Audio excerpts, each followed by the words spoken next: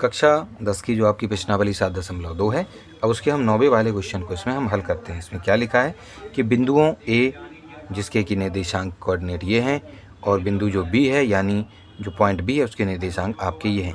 इन दोनों को जो जोड़ने वाले जो रेखाखंड हैं, जोड़ने वाले रेखाखंड ए बी को 4 बराबर भागों में आपको विभाजित करने वाले बिंदुओं के कोऑर्डिनेट यानी निर्देशांक आपको बताना है। यानी करना क्या है छात्रों, मैं इसमें आपको बताता हूँ। इसमें आपको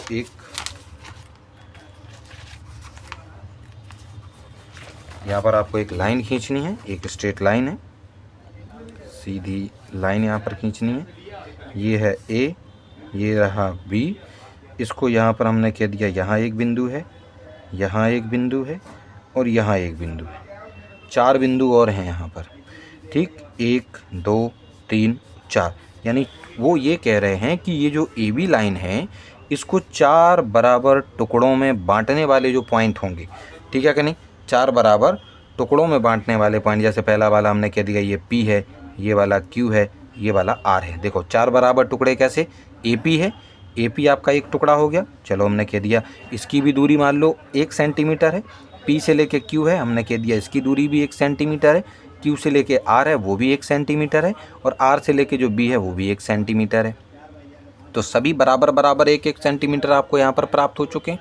तो उन्होंने कहा है कि अगर ए के निर्देशांक आपको -2 और 2 पता हो, आपको -2 पता हो और बी के निर्देशांक आपको पता हो 2 और 8, तो उन्होंने कहा है कि ये जो पॉइंट हैं जो कि इस पूरे ए बी को 4 बराबर टुकड़ों में बांट रहे थे उन सब के निर्देशांक बताओ। तो सबसे पहले आप क्या करेंगे, देखो सबसे पहले अगर आप इसको थोड़ा सा यहाँ पर बनाते हैं, इसको दोबारा से समझाने के लिए मात्र, कि मान लीजिए यहाँ पर ए था, यहाँ पर आपका बी था, यहाँ पर इसके निर्देशांक -2 और 2 हैं और यहाँ पर इसके निर्देशांक 2 और 8 हैं। अब आपको सबसे पहले इस पी के निर्देशांक के लिए कह दें वो कि पी के निर्देशांक बताओ। चलो इसके पी के निर्देशांक एक्स और वाई को बताओ आप। तो इसको कैसे निकालेंगे, देखो हमें ऊपर यही बात दे रखी थी कि ए से लेके पी तक 1 था, तो पी से लेके बी तक कितना है, क्योंकि हमें m1 और m2 की ज़रूरत यहाँ पर पड़ेगी। x1 y1 x2 y2 तो पता है, लेकिन m1 y1 तो चाहिए, m1 माफ़ कीजिएगा m1 और m2 तो चाहिए आपको। तो m1 तो ये हो गया 1, और जबकि पी से लेके बी तक देखो कितना सेंटीमीटर था, 1 2 और 3, 3 हिस्से इधर भी थे, तो यानी हम 3 यहाँ लिख देंगे। तो m1 कितना हो जाएगा आपका, m1 आपका हो जाएगा यहाँ पर 1 हो जाएगा, और m2 कितना हो जाएगा, m2 हो जाएगा 3। तो उसके हिसाब से यहाँ पर इसके लिए x के लिए जो आपका जो फार्मूला होता है विभाजन सूत्र यानी सेक्शन फार्मूला, तो उसमें आप चीज़ों को रख दीजिएगा, ठीक है कि नहीं। चलो तो कैसे, इतनी सारी ये जो थ्योरी वगैरह है, इस थ्योरी वगैरह को लिखने के बाद ये जो चीज़ें यहाँ पर जो समझाई गई हैं उसके बारे में हमें यहाँ पर पहले लिखना होगा। Let the point P Q and R divide the line segment joining the point A B into 4 equal parts. Therefore AP और पीबी का जैसा कि मैंने यहाँ पर आपको भी यहाँ बताया था, उनका रेशियो 1:3 हो जाएगा। माना बिंदु पी क्यू आर बिंदुओं ए और बी को जोड़ने वाले रेखाखंड ए बी को 4 बराबर भागों में विभाजित करते हैं, अतः ए पी और पी बी का जो अनुपात है रेशियो है वो 1:3 आपका हो जाएगा। तो यहाँ पर हम क्या करेंगे, by section formula coordinate of P, सबसे पहले हम इस पी के निर्देशांकों को यहाँ निकालने की कोशिश कर रहे हैं। तो विभाजन सूत्र के हिसाब से हम इसमें क्या करेंगे, आपके जो m1 x2 plus m2 x1 और बटे में m1 m2 लिखेंगे, और m1 y2 plus m2 y1 बटे में m1 प्लस m2 लिखेंगे, ठीक है। इनको क्या करना है, हमें इनकी वैल्यूज़ को पुट करना है। तो पी के निर्देशांक अगर हमें चाहिए, पी के निर्देशांक चाहिए तो उसके हिसाब से m1 1 है गुना x2 आपका ये 2 है, तो x2 के स्थान पर आप 2 लिखेंगे, प्लस की जगह प्लस है। m2 कितना है आपका, m2 आपका ये रहा 3, तो m2 के स्थान पर आप 3 लिखेंगे गुना x1 ये रहा आपका -2 हम यहाँ लिख देंगे, ठीक है कि नहीं। चलिए उसके बाद बटे में m1 और m2 यानी 1 और 3 को आपको प्लस कर देना है। यहाँ पर आपका क्या है, यहाँ पर आपका क्या हो गया, आपका ब्रैकेट कॉमा है, सॉरी कॉमा के बाद क्या करेंगे छात्रों, आप m1 लिखना है, तो m1 आपका 1 है, तो m1 के स्थान पर आप 1 लिखेंगे, और इनटू में y2 इन दोनों में आपका ये होगा 8, तो y2 की जगह पर 8 है, प्लस की जगह प्लस m2 के स्थान पर आपको क्या लिखना है, m2 3 है, तो 3 लिखेंगे गुना y1 है आपका 2, तो y1 की जगह पर 2 लिखना है, बटे में आपको 1 + 3 लिख देना है, ठीक है कि नहीं। चलो उसके बाद क्या करना है, इनको हल करना है। p लिखेंगे, 2 का गुणा 1 में होगा 2 आएगा, लेकिन यहाँ पर -6 कैसे आ गए, 3 और 2 का गुणा करेंगे तो -6 ही होगा, और -6 का गुणा जब आप प्लस वाले -6 का गुणा प्लस के इसमें साइन के साथ होगा तो माइनस के आपके 6 बाहर निकलेंगे ब्रैकेट के, और बटे में 1 और 3 को जब आप प्लस करते हैं तो आपके 4 आते हैं।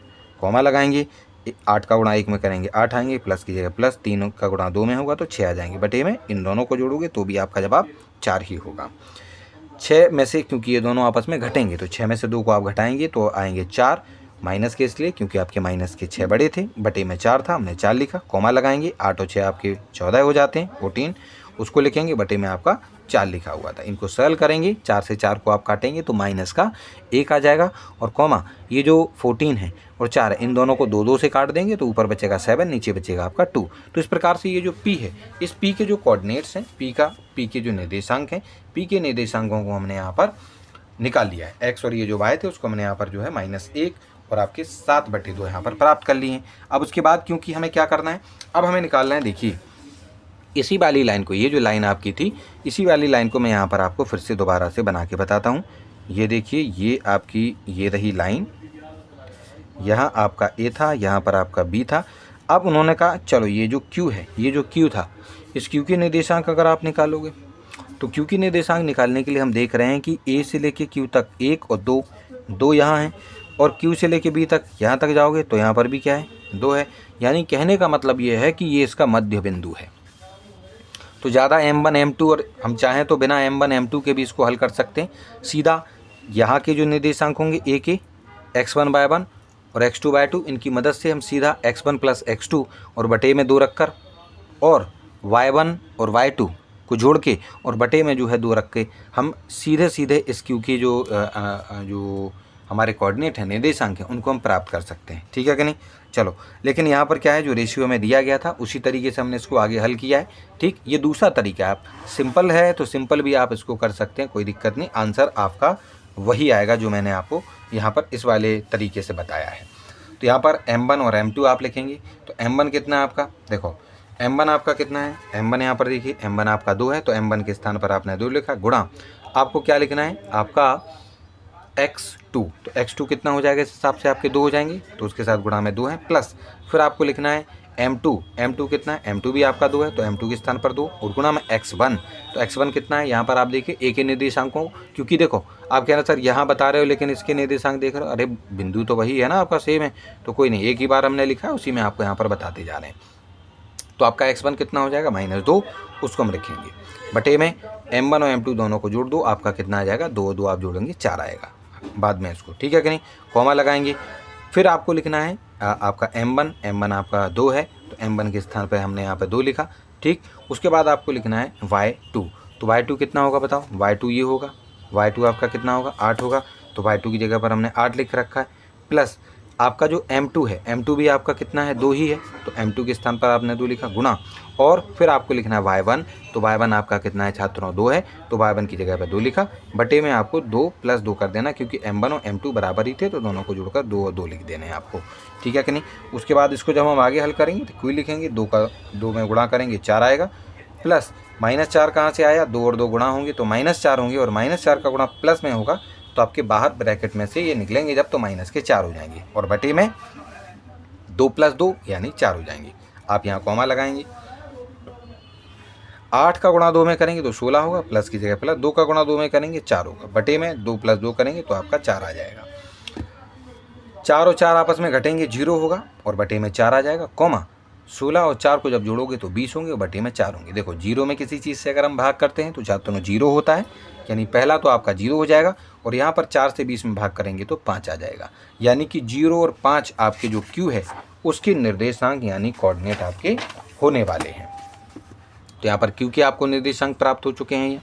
अब उसके बाद हमें आपके निर्देशांक प्राप्त करने हैं इस r के। ये जो r था, इस r के निर्देशांकों को पता करने के लिए आप यहाँ पर फिर से लाइन खींचेंगे अपनी, इस लाइन को आपको यहाँ पर खींच देना है, और यहाँ पर आप लिखेंगे a, यहाँ पर आप लिखेंगे b, और यहाँ पर आपको लिखना है, यहाँ है आपका ये छात्रों r के लिए क्या करेंगे, देखिए अब r के लिए ये यहाँ से, क्योंकि इसके निर्देशांक तो आपके पता थे आपको, तो यहाँ से लेके यहाँ तक ये जो m1 है, m1 कितना होगा, तो देख लीजिए कितने हिस्से हैं यहाँ से लेके यहाँ तक r तक, 1 2 3, तो यहाँ तो हमें m1 आपका 3 हो जाएगा, और r से लेके जो b है, r से लेके b तक का कितना हो जाएगा आपका 1 हो जाएगा।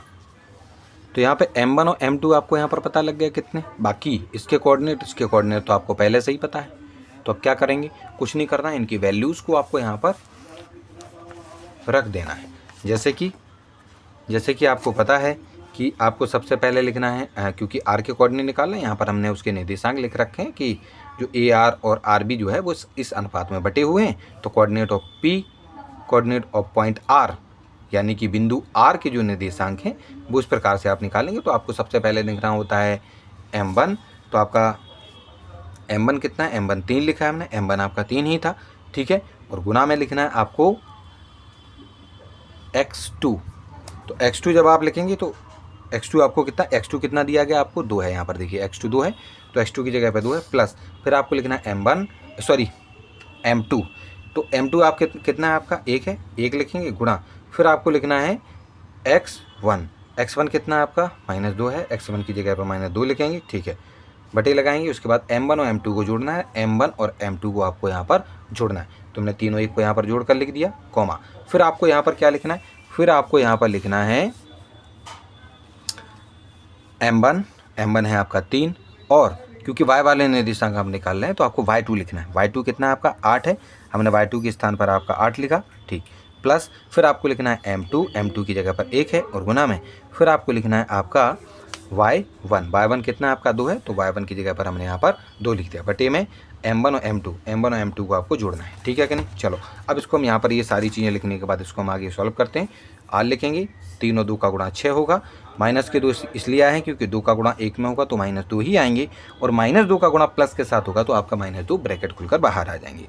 तीनों एक को जोड़ेंगे आप 4 आएगा, कॉमा लगाएंगे, 8 और 3 का गुणा करेंगे 24 हो जाता है, और 2 और 1 का गुणा करेंगे तो आपके प्लस के ही 2 निकलेंगे, 3 और 1 को जोड़ने पर यहाँ पर भी आपका 4 आ जाएगा।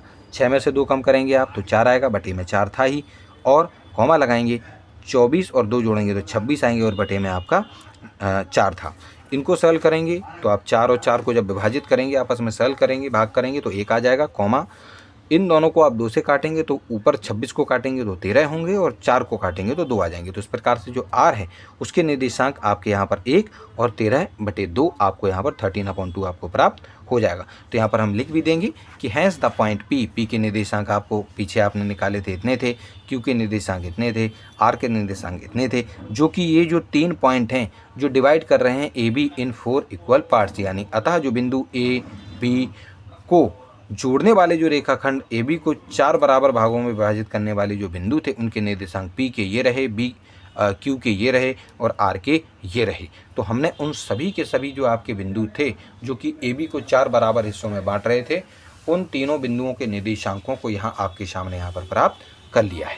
और इस प्रकार से ये वाला जो क्वेश्चन है वो भी आपका सॉल्व हो गया है।